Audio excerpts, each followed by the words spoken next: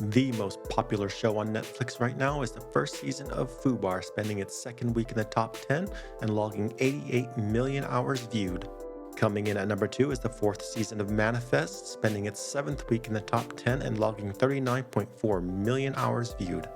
XO Kitty Season 1 comes in at number 3 with almost 30 million hours viewed. And the hit prequel series Queen Charlotte, A Bridgerton Story, spends its fifth week in the top 10. This time it logs 27.2 million hours.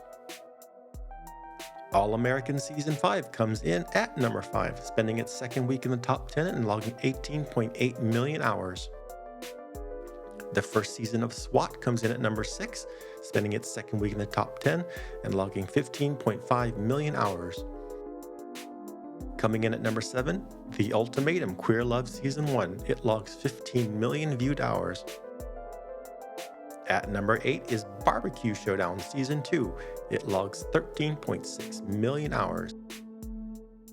At number 9 is Selling Sunset Season 6. This week it logs 13 million hours. And rounding out the top 10 this week is Firefly Lane Season 2, spending its 11th week in the top 10 and logging almost 12 million hours. On the film side, Jennifer Lopez's The Mother spends its fourth consecutive week at number 1.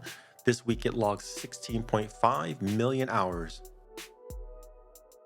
Coming in at number 2 is The Boss Baby with 10.5 million hours. Missing is at number 3 with 8 million hours. Coming in at number 4 is Two Hearts with 7.7 million hours. Shooter spends its second week in the top 10 at 7.5 million hours. Jason Sudeikis' classic film We're the Miller spends its first week in the top 10 at 6.7 million hours. Robert De Niro's definitely not classic film Dirty Grandpa spends its first week in the top 10 at 5.5 million hours.